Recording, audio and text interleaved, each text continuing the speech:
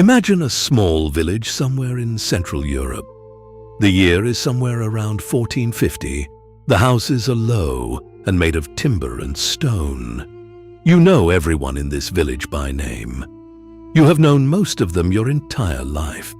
You know who is generous and who is difficult. You know which families have struggled through the winter and which have managed to store enough grain. And then, one morning, something changes. A child falls ill. A cow stops giving milk. A storm arrives at exactly the wrong moment, and this is where our story starts. Not with darkness or evil, but with ordinary people, ordinary fears, and a world that had a very particular way of explaining the things it could not understand.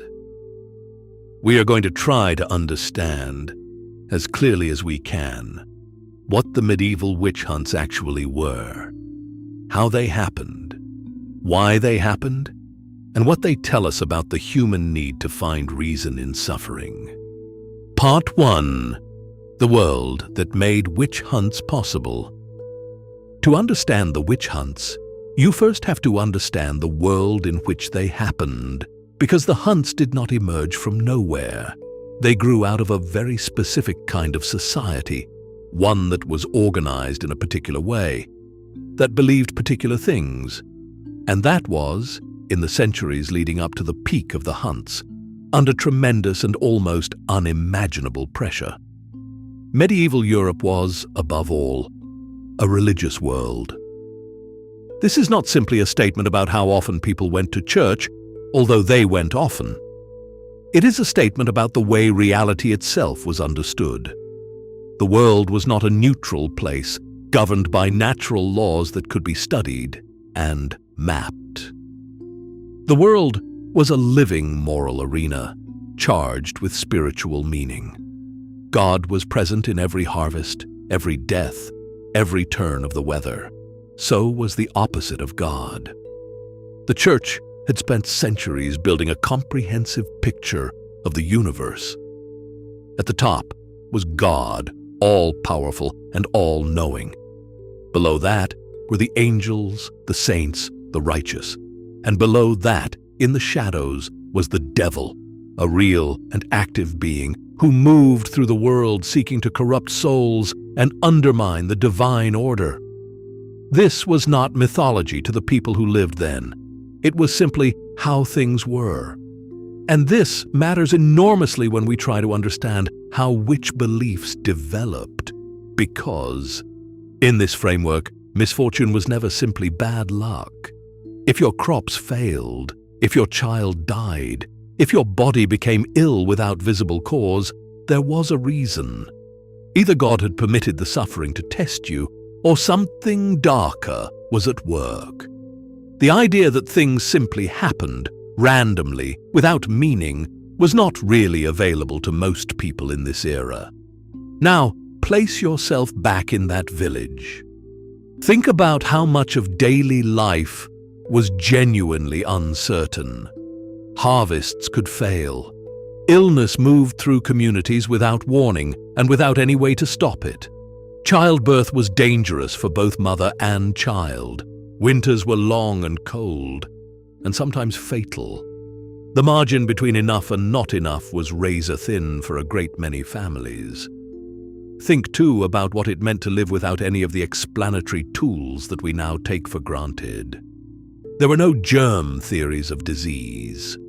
There were no meteorological explanations for why one field flooded and another did not. There was no understanding of genetics to explain why some children were born weak and others were born strong. The invisible forces that shaped life and death were genuinely invisible, and the only framework available for making sense of them was a spiritual one. In this context, the question of why terrible things happened was not an idle philosophical exercise. It was a matter of survival. If you could identify the cause of your misfortune, perhaps you could stop it. If you could name the source of your suffering, perhaps you could protect yourself and your family in the future. This is the first root of the witch hunts. Not cruelty, not stupidity, but the desperate human need to explain suffering in a world where suffering was constant and where the tools for explaining it were almost entirely supernatural. The second route is older still, and it comes from the folk traditions that existed in Europe long before Christianity arrived. Across the continent, in varying forms, there was a belief in people who possessed unusual powers.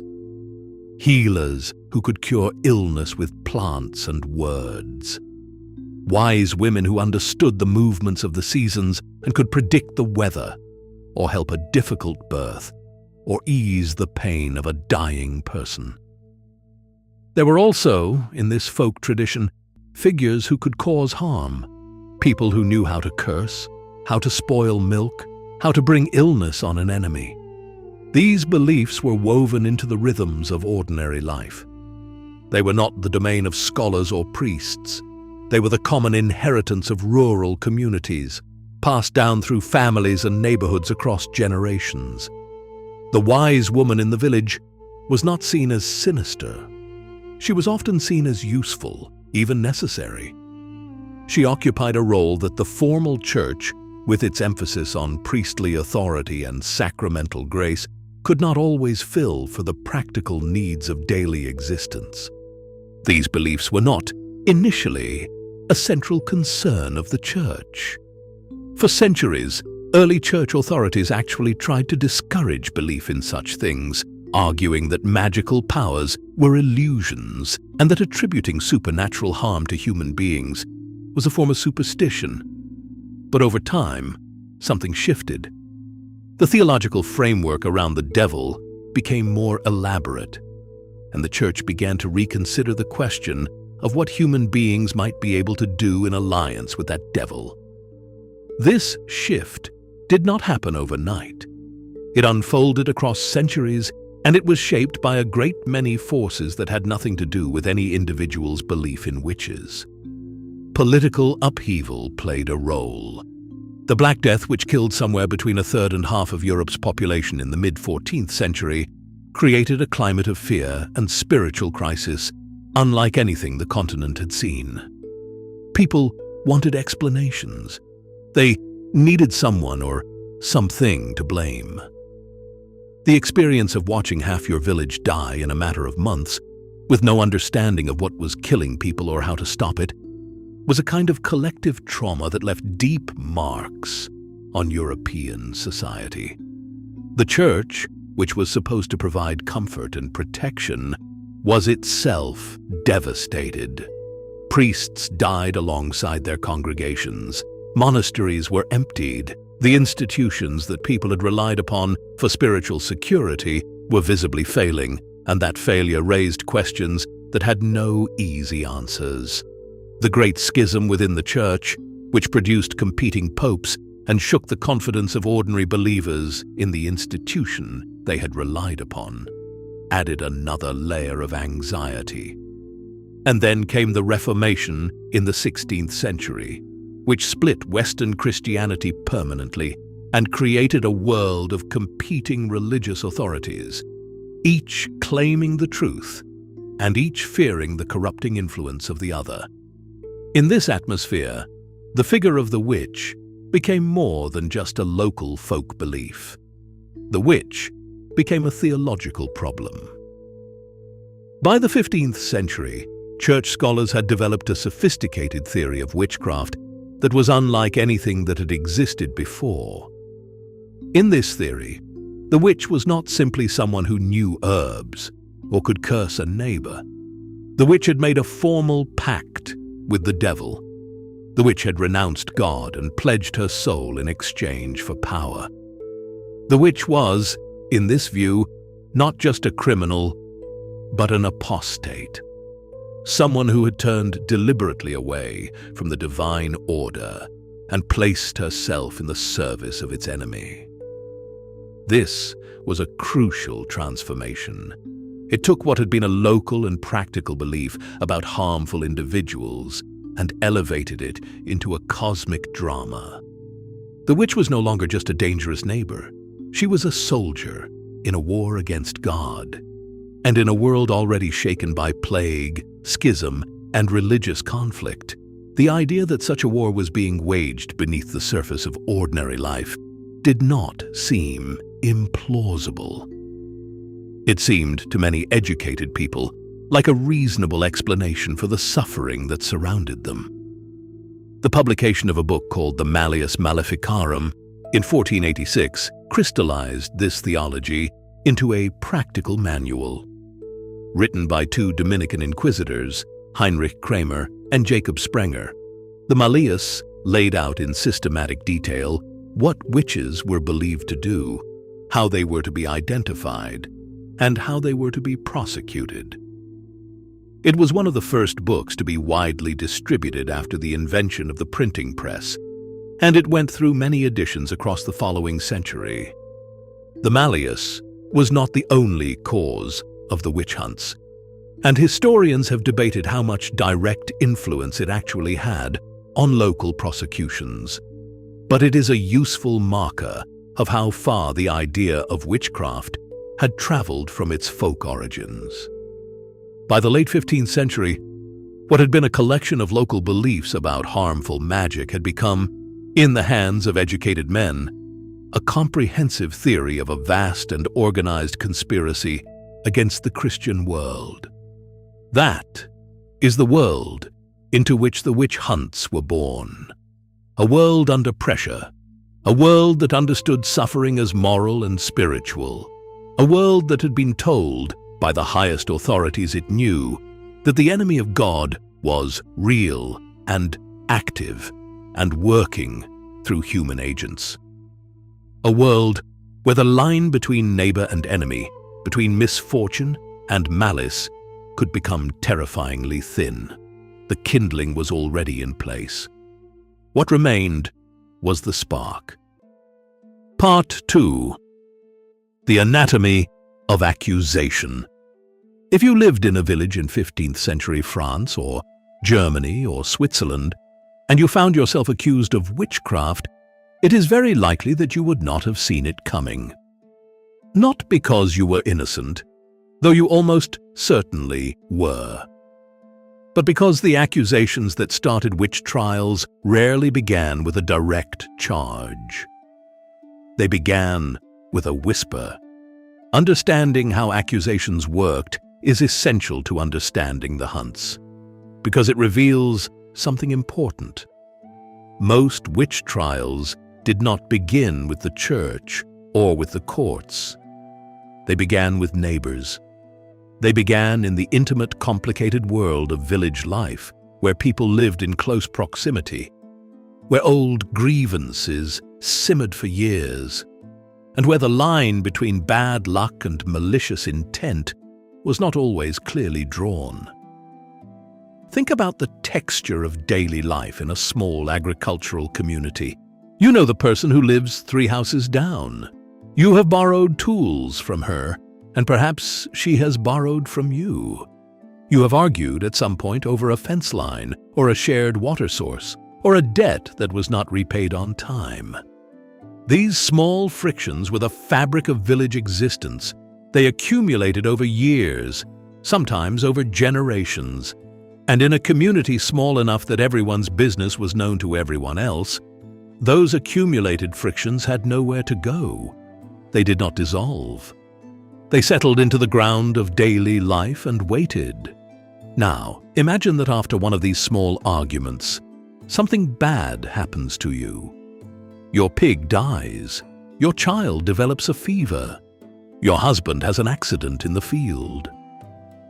In a world where supernatural causation was the primary lens through which misfortune was understood, it was not a large step to connect the bad thing that happened with the person you had recently quarreled with. It is worth sitting with that thought for a moment. We are not talking about people who were irrational or uniquely credulous. We are talking about people whose entire framework for understanding cause and effect was different from ours. When a modern person's child falls ill, the question they ask is biological. What pathogen? What treatment? What course of recovery? When a person in 15th century Europe asked the same question, the answer they reached for was moral and spiritual. Who wished harm upon my family? Whose anger or malice has brought this upon us? These were not foolish questions, given what people knew and believed. They were the logical products of a coherent worldview. This connection, once made, could spread quickly. In a village community, nothing was truly private. If you mentioned your suspicion to one person, that person would mention it to another, and soon the suspicion would take on a life of its own. Other people would begin to remember their own misfortunes, and they would begin to wonder if the same person had been responsible. A reputation for malicious magic, once established, was very difficult to shed. Historians who have studied the records of witch trials in detail have noted certain patterns in who was accused. Women were accused far more often than men, at roughly a 4-to-1 ratio in most regions, though this varied considerably by time and place. The accused tended to be older women who had lived in their communities for a long time. They were often women who occupied a particular social position, not quite poor, not quite comfortable, sometimes dependent on the charity or goodwill of their neighbors in ways that created tension. There is something revealing in that pattern. A woman who had to ask for help, who perhaps relied on small gifts of food or fuel from neighbors to get through the winter, was a woman whose relationship with those neighbors carried a particular weight.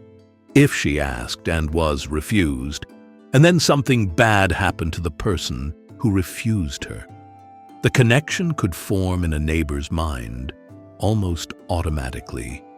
She had wanted something.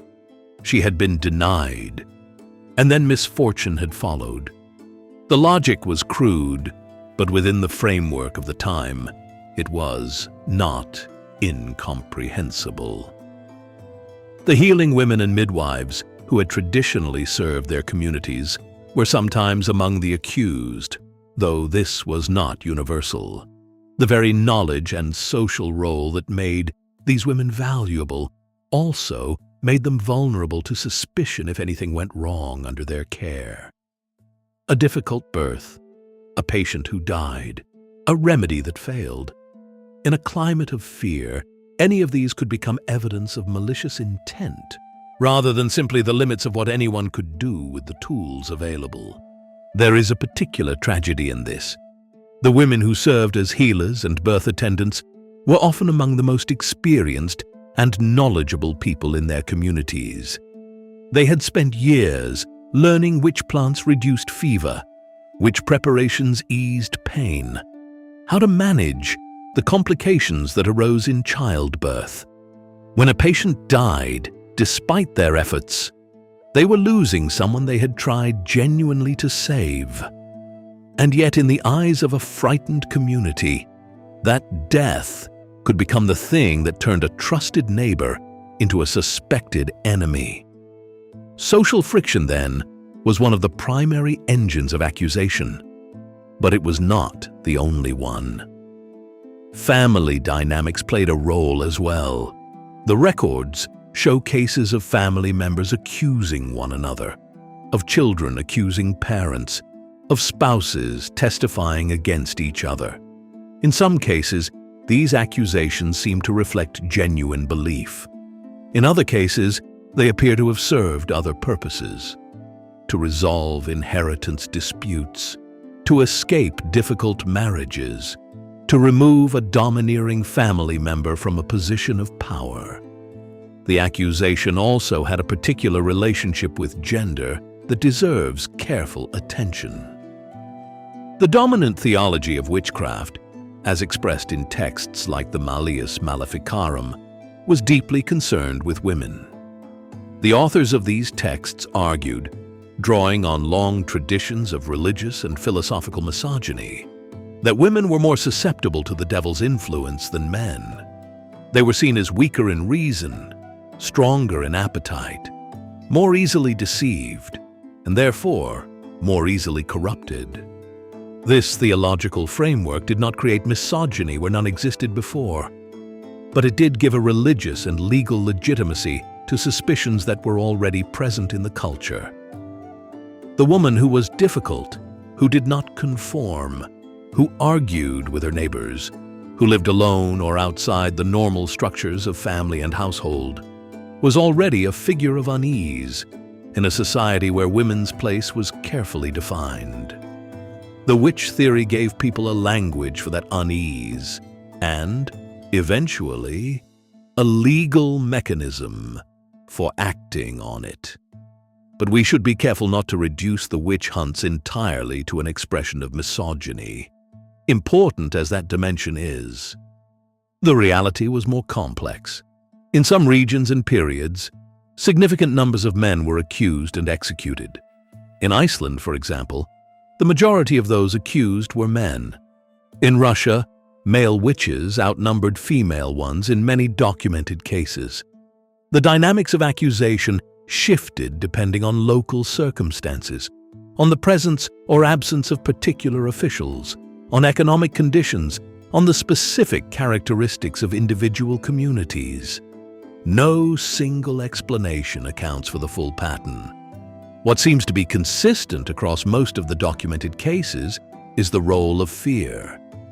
The accusation of witchcraft was a way of giving form and direction to fear.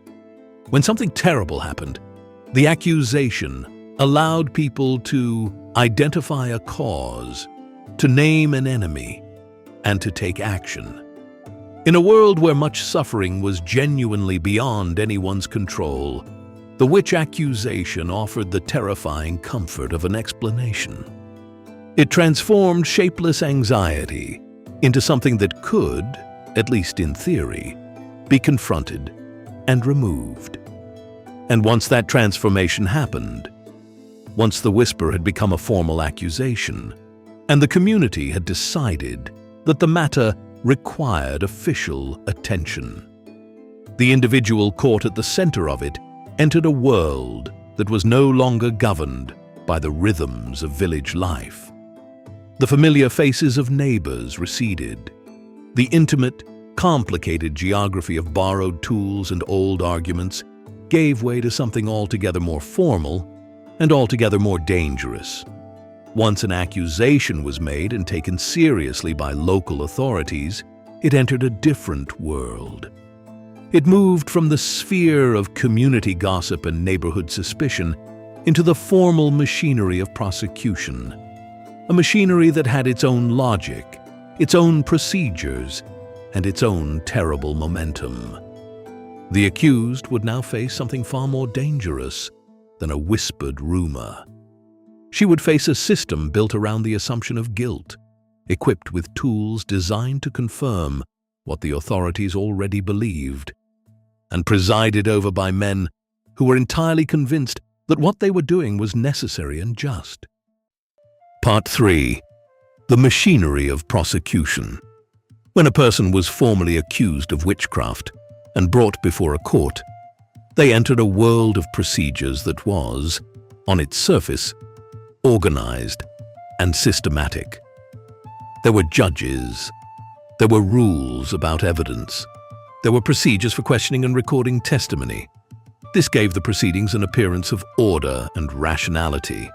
From the outside, it could look like justice at work, but the system was built on assumptions that made a fair outcome very difficult to achieve. To understand how the prosecutions actually worked, we need to look carefully at what those assumptions were and how they shaped everything that followed. The first and most important assumption was that witchcraft was real and that the devil was actively working through human agents. This was not simply the opinion of a few fanatics. It was the official position of the church, the legal position of most European courts, and the sincere belief of the great majority of educated people, including the judges and inquisitors who presided over witch trials. When these men looked at an accused person, they were not starting from a position of skepticism. They were starting from a position of belief. This matters because it shaped how evidence was gathered and interpreted. In most criminal matters, a court would require some form of external proof. A witness to the crime, a body, a weapon, some physical indication that a crime had actually occurred. Witchcraft presented a unique problem in this regard because the alleged acts were supernatural. You could not produce the physical evidence of a pact with the devil. You could not find the instrument with which a witch had supposedly sent a storm. The crime, by its very nature, left no physical trace that ordinary investigation could uncover. And so the courts had to find another way. The solution they arrived at was to place an enormous weight on confession. A confession was considered the queen of proofs, the most reliable form of evidence possible. If the accused admitted to what she was charged with, the case was essentially complete. The problem, of course, was how to obtain that confession from someone who had every reason to deny the charge. Torture was legal in most European jurisdictions during this period, not only for witch trials, but for serious criminal cases more generally. The theory behind it was that physical pressure could break through a person's resistance and compel them to tell the truth. It was a theory built on a profound misunderstanding of how human beings respond to pain. In practice, torture compelled people to say whatever they believed their interrogators wanted to hear, because the pain would not stop until they did. The records of witch trials sometimes preserve the sequence of the interrogation in careful detail, and they are striking for the way the confessions grew over successive sessions. In the first session, a person might deny everything. After torture, or the threat of torture, she might admit to a small thing, one meeting, one moment of doubt in her faith. In subsequent sessions, under continued pressure, the admissions would expand. She would name others she had supposedly seen at the devil's gathering. She would describe rituals in elaborate detail. She would confirm whatever specific allegations had been made against her. The confession, built piece by piece under duress, would eventually resemble exactly what the inquisitors had expected to find. This was not because the accusations were true. It was because the accused had learned, through pain and exhaustion, precisely what kind of story was required. It is worth pausing on the question of the Sabbath, the supposed gathering of witches that features so prominently in the theological literature and in the confessions that the courts obtained. The detailed accounts of these gatherings, with their descriptions of dancing and feasting, and the worship of a figure of the devil, were produced almost entirely under torture. They had an internal coherence that makes them sound almost credible, but that coherence is itself part of the problem. The inquisitors asked leading questions, and the accused learned quickly what answers were required. Over many trials and many years, a standardized narrative took shape, not because it reflected real events, but because the same questions, asked under the same conditions, produced the same answers. Beyond the mechanics of torture, the broader structure of the proceedings placed the accused at a severe disadvantage at every turn. In many jurisdictions, the accused was not permitted to know the names of the witnesses who had testified against her. The rationale offered was that witches were believed to have the power to harm their accusers through magical means, and so witnesses had to be protected from retaliation. In practice, this meant that the accused could not challenge the testimony against her, or even understand the full scope of the case she was facing. She was asked to respond to charges without being told precisely what those charges were, or who had made them. Defense was difficult, and sometimes effectively impossible. Lawyers, who took on the representation of accused witches, risked being suspected of sympathizing with the accused, or worse, of being in league with them. The logic of the witch theory created a closed and self-reinforcing circle. To defend a witch was to be suspicious. To be suspicious was to be a potential witch. This made genuine adversarial legal representation extremely rare. Most of the accused faced their interrogators entirely alone, without anyone to speak on their behalf or to challenge the framework within which they were being judged. There is also the question of how the hunts expanded once they began, because the chain reaction that sometimes developed is one of the most disturbing features of the entire history. In many well-documented cases, a single accusation led rapidly to many more. Under torture or sustained pressure, the accused was asked to name others who had been present at the Sabbath, others who had participated in the supposed conspiracy against God. These named individuals would then be arrested and subjected to the same process. They, in turn, would name others. In some communities, this chain ran through a significant portion of the local population before it was finally interrupted.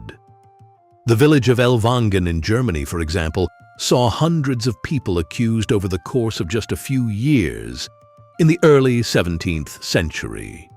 Bamberg, in the same region, executed more than 300 people between 1626 and 1631 alone. The question of what caused these chain reactions to eventually end is itself revealing. They did not usually stop, because the authorities concluded that innocent people were being killed. They stopped, more often, for practical reasons.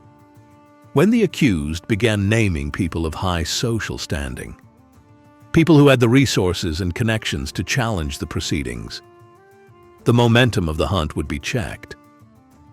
When the accusations became so widespread that they threatened to destabilize an entire community, local or regional authorities sometimes stepped in to bring the proceedings to a halt.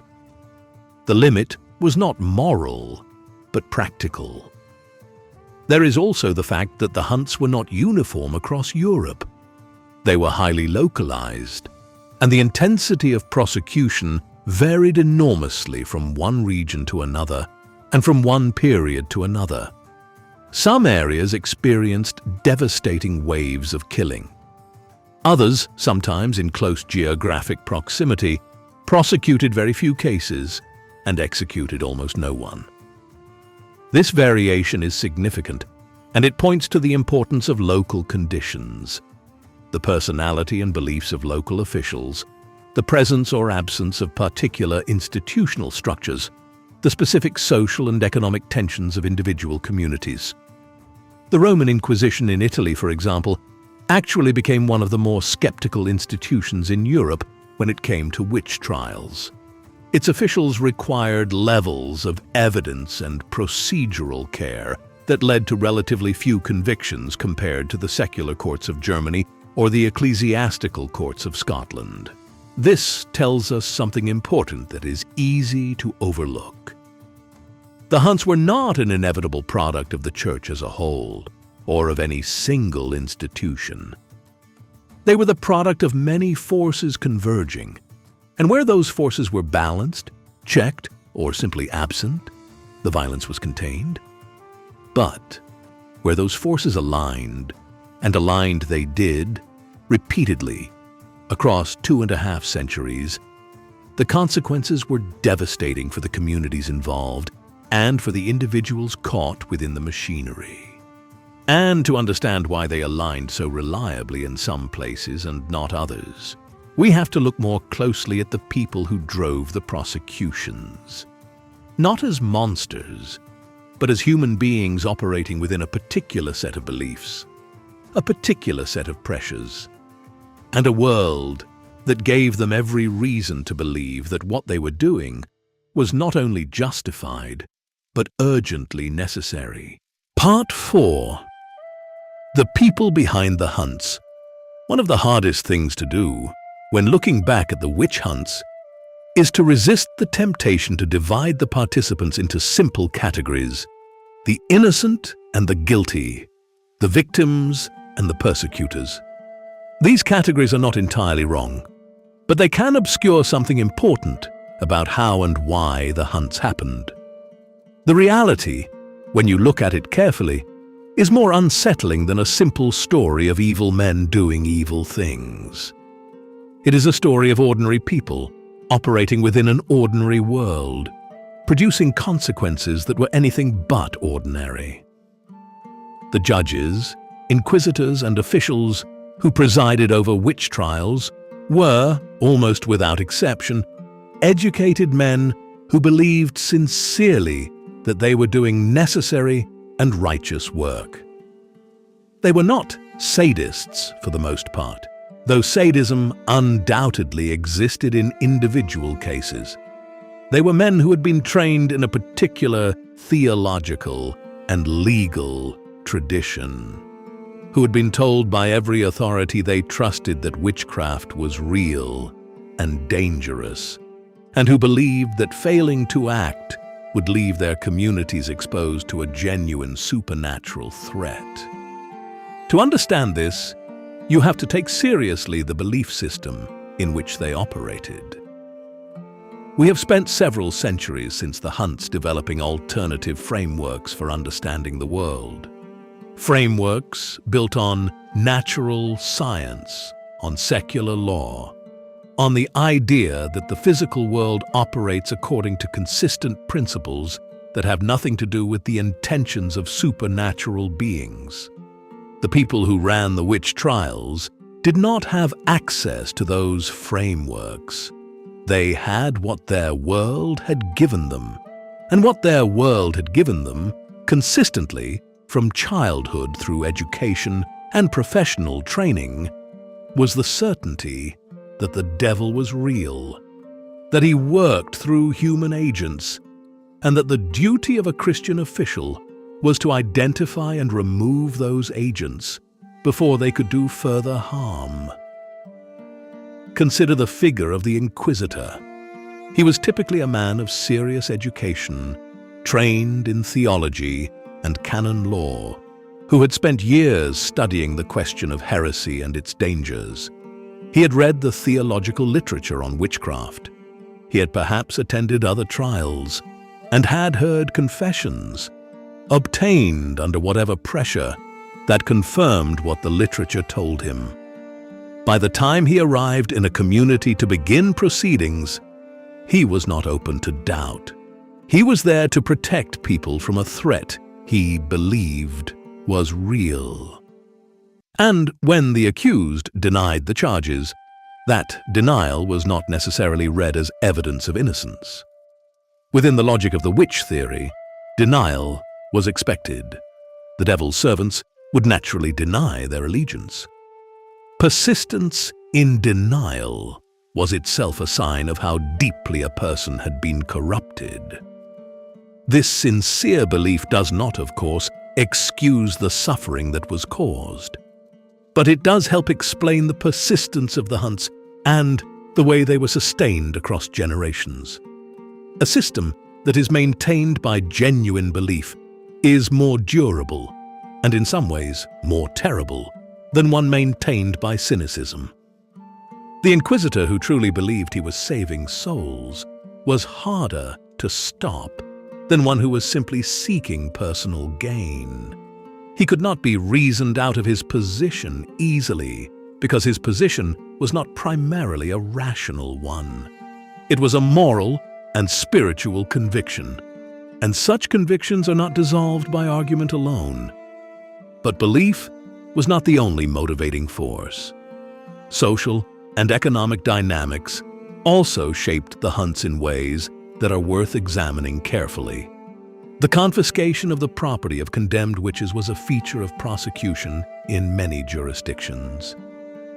In some places, the costs of the trial itself, including the fees for the judges, the executioner, and the prison, were charged to the estate of the accused. This created a financial incentive for prosecution that in some cases may have influenced behavior in ways that individual officials may not even have fully recognized in themselves. We should be careful not to overstate this. In most regions, the property of convicted witches was not enormously valuable, and the direct financial gains from prosecution were modest. But the principle matters. A system in which those who prosecute also benefit financially from conviction is a system with a built-in pressure toward finding guilt. That pressure did not have to be consciously felt to be real. It shaped the environment in which decisions were made, and environments shape decisions in ways that are often invisible to the people inside them. The neighbors who made the initial accusations were also operating within a complex web of motivations. Some undoubtedly believed what they said. They had experienced misfortune, and they had, in the framework available to them, identified what they believed was its source. The accusation was not a cynical act, but an act of genuine terror, a desperate attempt to protect themselves and their families from a force they believed was real. Others used the accusation as a tool. The witch trial records include cases that, read carefully, appear to have been driven by personal grudges, property disputes, or the desire to remove a social rival. This does not mean that the accuser did not also believe in witchcraft. The two things are not mutually exclusive. A person can believe in a threat and simultaneously find it convenient to identify that threat in someone they already dislike. The accusation could serve multiple purposes at once, and the fact that it served personal interests did not, in the mind of the accuser, make it any less true. The role of community anxiety is also worth examining at length. Many of the most intense witch hunts occurred during periods of particular stress: crop failures, epidemics, wars, economic disruption. The 30 Years' War, which devastated large parts of Central Europe between 1618 and 1648, coincided with some of the most severe outbreaks of witch prosecution in German territories. Communities under military occupation, facing starvation, watching their social order collapse around them, were communities primed for the particular kind of fear that produced witch accusations. The correlation between crisis and persecution is not perfect, but it is present often enough to be deeply meaningful. When a community was suffering and could find no obvious natural explanation or solution, the identification of a human agent of harm provided a kind of terrible relief. Here was an enemy. Here was something that could be named, confronted, and removed. The suffering itself did not end with the execution of the accused, of course. The crops did not immediately recover. The illness did not stop. But the act of prosecution gave the community a sense of agency, a feeling that something was being done, that the forces working against them had been identified and were being dealt with. This pattern of channeling diffuse social anxiety into a targeted persecution is not unique to the witch hunts. It appears in many forms across many societies and many centuries. The specific content changes. The accused group, the alleged crime, the theological or ideological framework that legitimizes the accusation. But the underlying dynamic, fear becoming accusation, accusation becoming persecution, persecution providing a temporary sense of control over an uncontrollable world, is recognizable across history in ways that should give us pause. The women who were most frequently accused occupied a particular social position that made them vulnerable to this dynamic. Older women living alone or in difficult circumstances, women who were outside the normal protective structures of household and family, women whose knowledge or manner had made them figures of unease in their communities. These women had few resources with which to defend themselves, and often few people with strong reasons to defend them. They existed at the margins of the social networks that might otherwise have protected them, and it was precisely at those margins that the witch accusation found its most willing purchase. This does not mean that the accused were entirely without defenders. There are records of communities, family members, and even local officials who pushed back against accusations they found implausible or proceedings they found excessive. There are records of accused women who maintained their innocence throughout the entire process, who refused to confess even under extreme pressure, and who were sometimes, though not often enough, eventually released. Resistance was possible, even within this system.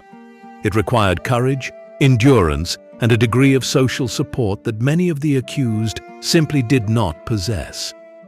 But it happened. And the fact that it happened is a reminder that the hunts were never universal or inevitable. They required the active participation and acquiescence of real people making real choices.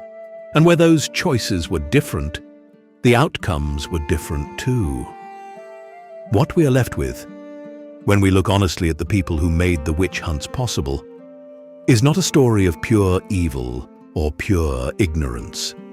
It is a story of human beings shaped by their time, their beliefs, their fears, and their social positions, making choices that, within the logic of their world, seemed reasonable or even necessary, and that resulted, in the aggregate, in one of the most sustained campaigns of lethal persecution that pre-modern Europe produced. The scale of that campaign, and the way it eventually wound down, is the final part of our story. Part 5. The Long Decline. How the witch hunts ended. The witch hunts did not end with a single declaration or a dramatic reversal. They faded, slowly and unevenly, over the course of the 17th and 18th centuries, as the intellectual and social landscape of Europe shifted in ways that gradually undermined the foundations on which the hunts had rested. It was not one thing that changed.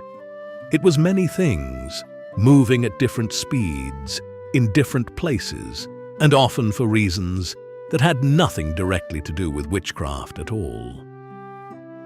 The peak years of witch prosecution in Europe are generally placed in the late 16th and early 17th centuries. The decades between roughly 1560 and 1630 saw the highest concentrations of trials and executions in most regions. After that, the numbers began to decline, though with significant local variation. Some areas continued prosecuting into the later 17th century. The last legal execution for witchcraft in England took place in 1682. In Scotland, where the hunts had been particularly intense, executions continued into the early 18th century.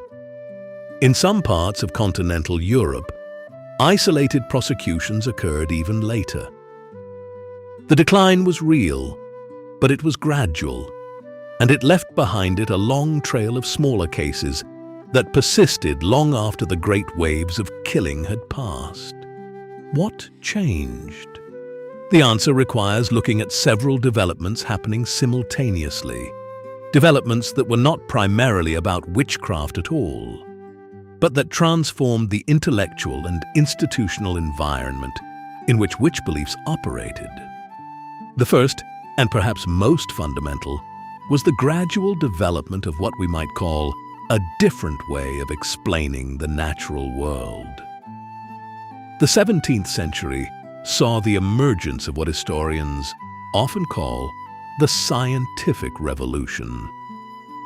The work of figures like Galileo, Descartes, and later Newton, who proposed that the physical world operated according to regular, discoverable laws that could be understood through observation and mathematics.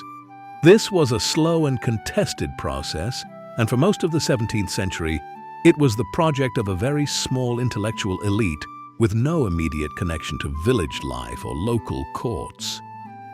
But the implications of this new framework were profound, and they spread gradually. If the physical world operated according to natural laws, then physical events had natural causes. The storm that destroyed the harvest was the result of atmospheric conditions, not the malicious intention of a neighbor in league with the devil. The child who died of fever died of a disease, not of a magical working. These ideas did not immediately replace the older framework, and for ordinary rural communities, they remained largely abstract for many generations. But they created, for the educated classes who staffed the courts and held legal authority, an alternative way of making sense of the world that did not require supernatural agency. And as that alternative took hold among judges and magistrates, the prosecutions became harder to sustain. At the same time, changes in legal practice were shifting the standards of evidence required to obtain a conviction. Several important jurists and legal scholars began to raise questions about the reliability of evidence obtained through torture and about the validity of the kind of spectral evidence. The testimony of accusers who claimed to have seen the accused in dreams or visions that had been admitted in some trials. These were not always arguments made on behalf of the accused out of sympathy. They were often arguments about procedural correctness, about maintaining the integrity of the legal system. But whatever their motivation, the effect was the same. As courts became more demanding about what evidence they would accept, it became harder to obtain convictions in witchcraft cases. The confessions that had been the central proof of guilt were increasingly viewed with suspicion, particularly when it was well known that they had been extracted through torture. The logic that had made confessions seem reliable began to be questioned by the very institutions that had relied on them. Without confession, and without any other form of admissible proof, the cases simply could not be made. The political fragmentation of Europe also played a role, in a somewhat ironic way. The wars of religion that tore across the continent during the 16th and 17th centuries were catastrophic in their immediate effects. But they also produced, eventually, a kind of exhaustion with religious certainty. Thinkers who had lived through decades of killing, done in the name of absolute religious truth, began to argue for a different approach, one that emphasized toleration, skepticism about claims of certain knowledge, and the dangers of allowing religious enthusiasm to override legal procedure. This was not secularism in the modern sense. Most of the figures associated with this shift remained sincere Christians. But they were Christians who had become deeply wary of the claim that any human institution could know the will of God with enough certainty to justify killing those who disagreed. That wariness extended slowly to the claim that courts could identify agents of the devil with sufficient certainty to justify executing them. Doubt, which had once been a dangerous thing to express, became a respectable intellectual position. And doubt, once permitted into the courtroom, was corrosive to the witch trial process. Another development was the growing skepticism of educated elites about the folk beliefs that had always been one of the roots of witch accusations. As the 18th century approached, the worldview of university-educated Europeans was diverging significantly from the worldview of the rural majority. What had once been a shared culture of belief in spirits, in magical harm, in the reality of encounters with supernatural forces, was increasingly seen by educated observers as superstition. The accusations that ordinary people continued to make against their neighbors were viewed, not always fairly, as evidence of ignorance rather than as genuine reports of real dangers. This shift in elite attitudes had practical consequences. The judges and officials who presided over courts were increasingly drawn from this educated class, and they brought their skepticism with them. Cases that would have been taken seriously a century earlier were dismissed. Accusers were sometimes themselves prosecuted for making false charges. The institutional machinery that had once processed witch accusations efficiently began to treat them as problems to be managed rather than threats to be eliminated. The last major episode of witch prosecution in the English-speaking world took place not in Europe, but in the colonial setting of Salem, Massachusetts, in 1692. The Salem trials are worth mentioning here because they illustrate both how powerful the old belief system still was in some communities, and how quickly it could be dismantled when the social and institutional conditions shifted. The Salem outbreak began in the winter and spring of 1692 and resulted in the execution of 19 people. Within a year, the proceedings had been halted, the convictions were eventually annulled, and the courts and officials involved spent the rest of their lives in the shadow of what had happened. Salem has become, in the centuries since, a kind of shorthand for the dangers of mass accusation and collective panic. A cautionary story that the community that experienced it recognized as such almost immediately after it ended. Salem ended not because people stopped believing in witchcraft overnight, but because the specific chain of accusations had gone too far and had implicated people of sufficient social standing that the community could no longer sustain them. The process by which witch panics ended was, in this way, consistent with the process that had always checked them. Not a principled rejection of the entire system, but a practical limit reached when the damage to community cohesion became too great. What was left in the aftermath of the hunts was a landscape of loss that is difficult to fully comprehend. The estimates of how many people were executed for witchcraft across the full span of European and colonial history vary. But modern historians generally place the figure somewhere between 40 and 60,000, with perhaps 4 to 5 times that number having been formally accused. These are not small numbers for societies of the scale that existed in early modern Europe.